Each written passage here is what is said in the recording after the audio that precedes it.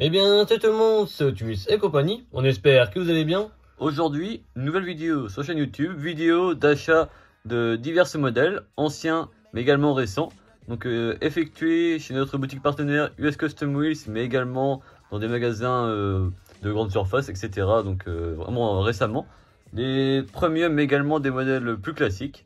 A tout de suite. On débute la vidéo avec quelques modèles qu'on a trouvés de la série Modern Classic, donc de chez Hot Wheels. C'est du Hot Wheels Premium. Donc là on retrouve la nouvelle topographie, on va dire la nouvelle direction artistique au niveau des blisters. Donc là vous voyez que les blisters Premium ont dorénavant du jaune et du noir. C'est comme ça qu'on pourra les reconnaître. C'est vraiment sympa, ça change un peu et puis ça permet vraiment de différencier chaque collection. Avec ce premier modèle, la Nissan Skyline GTR BCNR33. C'est franchement un modèle qui est vraiment magnifique. Que ce soit donc à l'arrière, sur les côtés, mais également à l'avant. Bon, forcément les petits détails qui font on va dire le côté premium chez Hot Wheels. Donc les pneus qui sont en gomme, donc ça c'est vraiment super également. Alors on a le pot d'échappement à l'arrière. Vraiment superbe. Le blister comme ça c'est vraiment sympa, le décor, etc. Très urbain en fait dans l'aspect, dans l'approche. Donc c'est un modèle sorti dès 2018. Donc designé par Ryu Asada. Donc c'était un modèle qui était un premier sorti dans la collection Mainline Then and Now. Donc c'était à l'époque le concept qui est de retour en 2025. Nous avions un modèle sorti à l'époque et un modèle d'aujourd'hui actuel. Donc avec le même type de modèle. Donc là par exemple la Skyline de 1995 et celle de 2020 par exemple. Donc sortie avec les jantes PR5 et fabriquée en Malaisie. Elle existait sous deux couleurs, donc en bleu mais également en violette. Donc en ce qui concerne donc ce moule-ci, il totalise environ 17 variantes. Donc c'est, on va dire ça va, c'est pas. C'est quand même pas mal parce qu'elle a même pas 10 ans comme moule, donc ça en fait plus d'un par an. Donc elle a des jantes BRR5 SPM. Donc ça fait long comme. Mais c'est vraiment des jantes en fait qui sont assez rares en fait sur les dessus parce que c'est pas très courant. En 5 branches, et ça va vraiment très bien. Bah, c'est vraiment caractéristique de ces modèles-là. C'est vraiment très Japan comme ça, c'est très sympa. Donc il est fabriqué en Thaïlande. Concernant le modèle réel, il s'agit de la 9e génération de Nissan Skyline, donc produit de 93 à 1999. Donc elle fut introduite à partir de 1995 en ce qui concerne la GTR, qui est vraiment le modèle le plus sportif de la gamme des Skyline. Voilà en ce qui concerne ce modèle. On poursuit cette fois-ci avec une américaine. Donc c'est une Ford Falcon Race Car. Donc un modèle, on peut voir donc à l'effigie donc du jeu vidéo Forza Motorsport. Donc un super jeu qui existe uniquement sur Xbox. Et maintenant qui va arriver également sur PS5. Donc c'est là on peut voir qu'elle est vraiment à l'effigie d'Xbox forcément. Ouais, vraiment. Les couleurs c'est assez rigolo emblématiques d'Xbox. C'est rigolo de voir quelque chose de publicitaire, ça change également de ce qu'on peut voir habituellement. C'est vrai. On remarque les jantes PR5 en blanche. Donc designé donc par Kevin Kao. Elle est fabriquée donc chez Hot Wheels depuis 2012 et toujours produite à ce jour. Le premier modèle est sorti dans la collection Mainline en new modèle. Elle était bleue avec des bandes de couleurs, donc des décors blancs, etc. Les jantes 10 SP et fabriquées en Malaisie. Vous aurez remarqué que celle-ci, c'est pas uniquement une Ford Falcon classique qu'on peut retrouver dans la rue aux États-Unis. On peut voir qu'elle est un peu bodybuildée et donc c'est normal. Elle est donc inspirée des modèles de la célèbre série, de la célèbre course. En fait, c'était une série, ça s'appelle la série australienne, donc Super V8. Donc en fait, ça concernait en fait que des voitures sportives comme celle-ci, équipées d'un V8. Ford à l'époque concourait avec différentes écuries, dont une qui était celle de Ford, donc qui s'appelait Ford Performance Racing. Donc c'était FPR. L'écurie officielle par rapport aux autres qui étaient des écuries clientes. C'est vraiment l'écurie constructeur en fait de l'époque. Donc c'était vraiment des modèles assez extrêmes de la Falcon. C'était un peu comme le DTM mais en Australie en fait. Voilà. Donc du coup celle-ci, ces modèles-là, c'est ce qu'on appelait des FGX Falcon. Donc c'était équipé d'un V8 5 litres de 650 chevaux. Donc c'était assez puissant quand même pour ce modèle-là. Et à l'époque, c'est également parce que la Ford Falcon était commercialisée en Australie. Donc on pouvait retrouver les modèles plus bodybuildés dans la course, donc dans la série australienne de Super V8. Mais c'est vrai que nous, pour le coup, avant qu'on fasse cette vidéo aussi, on connaissait pas du tout cette course-là qui existait à l'époque. Et c'est vrai que franchement, même pour avoir vu des vidéos, c'est vraiment c'est assez surprenant parce que en fait, on s'attend pas à ce genre de course-là en fait en avec Australie. ce type de véhicule. Avec ce type de véhicule en fait. C'est assez méconnu même en Europe. Celle-ci donc faisait partie de la série Forza Motorsport. On continue la vidéo avec cette fois-ci une BMW. Donc la 323i. Donc vraiment un modèle très sympa. Donc en cabriolet, donc c'est. Mais je sais pas si elle a vraiment existé parce que quand on cherche sur Google, On a vu que quelques photos vraiment très rares, donc peut-être uniquement faites par des carrossiers ou des choses comme ça, parce que très peu d'informations circulent. Donc pour vraiment les connaisseurs en BMW, n'hésitez pas à nous dire en commentaire vraiment l'histoire autour de ce modèle-là, parce que Matchbox l'a fait, donc ils se sont forcément inspirés d'un modèle réel. Sachant que nous, on est vraiment très peu calé BM. Voilà. Donc la 323i a été construite entre 1985 et 1991, donc sous 9 variantes chez Matchbox. La première était sortie en 1985, donc c'était la nôtre. Donc elle a vraiment un très joli bleu comme ça. Vraiment très bel état. Ouais. Donc pas un pet de peinture, donc c'est assez plaisant. Donc on peut voir des petits détails comme le 323i sur les côtés. Donc c'est un petit détail très sympa. Donc Made in Macao. On retrouve encore à cette époque-ci un châssis en métal. Vraiment très bien fait, hein, vraiment bien détaillé le châssis. Avec l'échelle au bout également. Donc 1,58e. 1,58. Ouais. Vraiment très belle. Et puis c'est un moule qu'on n'avait pas, donc vraiment content. Vraiment un bel exemplaire. On continue encore avec un jeu vidéo. On retrouve un véhicule qui correspond en fait à un jeu vidéo, qui est le jeu vidéo Minecraft. Donc c'est le Minecart. Vous avez donc devant vous la première édition, sortie en 2016, dans la série Hot Wheels Ride Ons, donc numéro 5 sur 5. Donc en ce qui concerne donc, ce modèle-ci, qui est designé par Brian Benedict.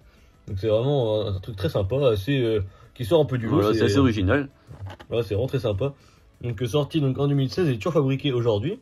Donc forcément il n'y a pas eu tellement de variantes parce qu'au vu du moule que voilà, c'est soit des couleurs, soit les jantes, limité. mais vraiment, ça va pas très loin. Ouais. Donc en ce qui concerne ce modèle-ci, donc la forte édition, donc il y a eu donc de ces couleurs-là, donc en gris. Donc avec des jantes, comme on peut le voir, 5 SP et en noir.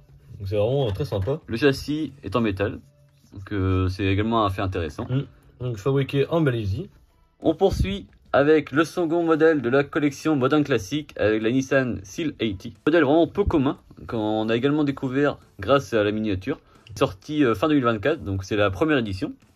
Pour ça, il y a eu donc déjà 2 variantes depuis, donc c'est déjà pas mal en allemand comme ça. Numéro 3 sur 5 de la collection Modern Classic. Donc vraiment c'est pour tous les fanatiques vraiment de modèles un peu comme ça, un peu japan. Un peu préparé, etc. Préparé comme ça, c'est vraiment très sympa. En plus, on peut voir que même à l'arrière, c'est vraiment très bien fait. Là, on peut vous dire que c'est vraiment le top du top au niveau qualité parce que il y a des détails au niveau tempo, il y a des très belles jantes qui sont vraiment qui sortent un peu du lot, c'est vraiment très sympa. Le châssis en métal. Et il y a des roues gommes, donc c'est vraiment très sympa. Aussi designé par Ronald Wong. Fabriquée en Thaïlande, elle est équipée de jantes bronze RR Euro. Concernant le modèle réel, donc le modèle Seal80, donc c'est un nom qui avait été donné en fait au modèle hybride des modèles 180 SX et Silvia. Donc c'était vraiment en fait un modèle qui reprenait des éléments de la 180 SX et de la Silvia. Vraiment en fait des modèles qui étaient vraiment améliorés, y compris même au niveau performance, donc par rapport au modèle standard de la Silvia ou de la 180 SX. Ça reprenait les meilleurs éléments des deux voitures. C'est la première fois qu'on trouve ce moule-ci pour la collection.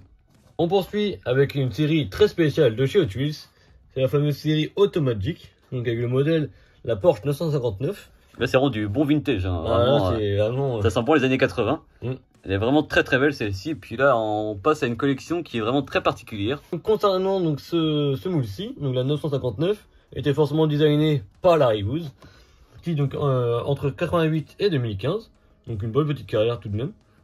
En ce qui concerne le premier modèle, donc sorti en 88, donc dans la série Speed Flash, donc c'était en fait en couleur Zamac, donc avec des bandes orange et jaune. On trouvait l'inscription Porsche et le numéro 959, des jantes UH étaient fabriquées en Malaisie. En ce qui concerne la nôtre, donc c'est dans la série Automagic, donc avec des jantes BW, donc les fameuses premières jantes Hot Wheels. Ouais.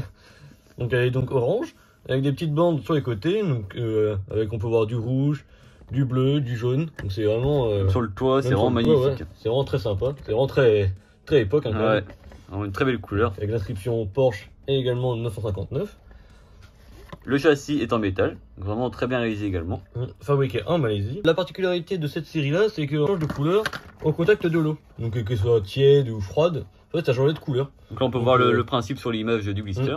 Donc c'était vraiment quelque chose, on va dire un concept, une innovation pour les. Une innovation vraiment, mais juste quand même parce que. Et je pense que quand même ça a dû coûter très cher, je pense en recherche. Parce que la technologie pour que la peinture change de couleur quand même. Donc là elle est orange ici, mais donc, je pense qu'elle doit peut-être venir jaune ou même. N'hésitez pas à nous dire en commentaire si vous l'avez dans une couleur différente ou peut-être rose ou voilà. Une fois qu'elle est au contact de l'eau. C'est vrai qu'on va être honnête, on va pas l'ouvrir pour essayer, quoi. Parce qu'en plus, le blister est en très bon état, donc on est vraiment content de la garder comme ça. Donc en ce qui concerne le modèle à échelle 1, donc sorti en 85, à seulement 292 exemplaires. Donc c'est vraiment très peu, hein, vraiment une hyper carte de l'époque. Pour redire, c'est vraiment un modèle qui est vraiment coté à plus de 2 millions d'euros aujourd'hui. Pour le modèle réel, hein, pas pour le modèle réel, évidemment. Donc c'était un modèle qui sortait donc avec un moteur 2,8 litres qui faisait 260 chevaux à la base, qui était ensuite couplé à 2 turbos, donc poussant le moteur à 450 chevaux, donc et 500 Nm de couple. Donc ce qui est énorme pour l'époque, hein, quand même. Ouais, et en plus c'était vraiment même le modèle, on va dire, même le moule, on va dire, de ce modèle-ci à l'époque, c'était vraiment assez une voiture parce que ça sortait complètement de la 911 qu'il pouvait y avoir de l'époque. Enfin, hormis de l'avant qui ressemblait légèrement avec les 2 feux ronds à l'avant, mais autrement ça n'avait vraiment rien à voir. C'était vraiment un pari quand même pour la marque à l'époque. C'est vrai. Donc aujourd'hui c'est une voiture vraiment iconique. Troisième modèle de la collection moderne classique. Cette fois-ci on arrive en Allemagne avec la Mercedes-Benz 190 Evo 2. Cette fois-ci un modèle qui change vraiment, donc on est en plein dans les années 80-90. Magnifique, hein, franchement. Cool. C'est vraiment du coup une voiture vraiment de légende. Cette fois-ci on trouve une couleur qui est vraiment particulière puisque elle est vraiment brute au niveau de la couleur, donc le Zamac originel, avec uniquement une couche de vernis pour protéger la voiture. Et les petits détails peints comme les entourages de fenêtres, mais également les poignées de porte, ou le petit logo sur le devant, les topographies à l'avant, donc c'est vraiment très sympa. Ouais, elle est vraiment très très belle, hein. Franchement un beau moule. Donc celle-ci était sortie chez Auto depuis 2017, donc elle est toujours forcément sortie aujourd'hui. Ouais, avec la dernière qu'on vous présente aujourd'hui. Donc celle-ci est designée par Mark Jones et totalise 9 versions sorties. On retrouve cette fois-ci des jantes assez particulières, c'est les jantes GRRA. Et donc ça lui va vraiment très bien, puis ça correspond vraiment à l'époque. C'était vraiment ces jantes-là qui sortaient à échelle 1 à l'époque, donc c'était aussi pour ça. C'est bien reproduit. Fabriqué en Thaïlande. Concernant le modèle à échelle 1, elle a été présentée en mars 1990 et a été fabriquée à 502 exemplaires. Quoi de mieux de terminer la vidéo avec une Toon. Vraiment un modèle très très sympa. Enfin, nous on adore ce qu'on attendait en plus pour l'avoir dans la gamme Motuls. C'est vraiment ce genre de moule qu'on adore parce que c'est très atypique. C'est très atypique et puis c'est très rigolo. Donc on retrouve la magnifique Golf MK1 de chez Volkswagen évidemment. Donc designée par Ryu Asada. Donc celle-ci est sortie depuis 2022. Elle est toujours produite aujourd'hui. Dans différentes séries également. En ce qui concerne le premier modèle, donc sorti en 2022, donc en new modèle, dans la série Toon, donc comme celle-ci. Elle était donc blanche avec des décors jaunes, le numéro 66. Donc elle avait des jantes OH5 et fabriquée en Malaisie. La nôtre est sortie l'année d'après, en 2023, dans la série Toon, avec des jantes aérodisques, ça lui va vraiment bien également. C'est vraiment un petit côté jante OZ un peu rallye d'époque aussi, c'est vraiment très sympa. À l'arrière on retrouve un gros pot d'échappement et ça fait très manga et cartoon japonais. On voit c'est encore plus exagéré au Japon, mais ça reprend un peu le même côté artistique comme ça en fait. La topographie à l'avant est vraiment bien représentée. C'est vraiment rigolo et puis la couleur, tout ça. C'est même drôle de voir autant de détails comme ça, comme à l'avant, sur un moule caricaturé comme ça. En plus, souvent dans les toons, on retrouvait souvent les mêmes moules et là, ça fait vraiment plaisir puisqu'ils ont sorti des nouveaux moules, donc ça change vraiment de d'habitude. Et du coup, celle-ci était également fabriquée en Malaisie. A noter également que celle-ci est assez particulière puisqu'on retrouve le logo Treasure à l'arrière et c'est donc une Treasure avec le petit logo également sur le blister. Donc les Treasure ce sont des véhicules qui sont tout à fait normaux mais qui sont répandus à un peu moins d'exemplaires dans les cartons.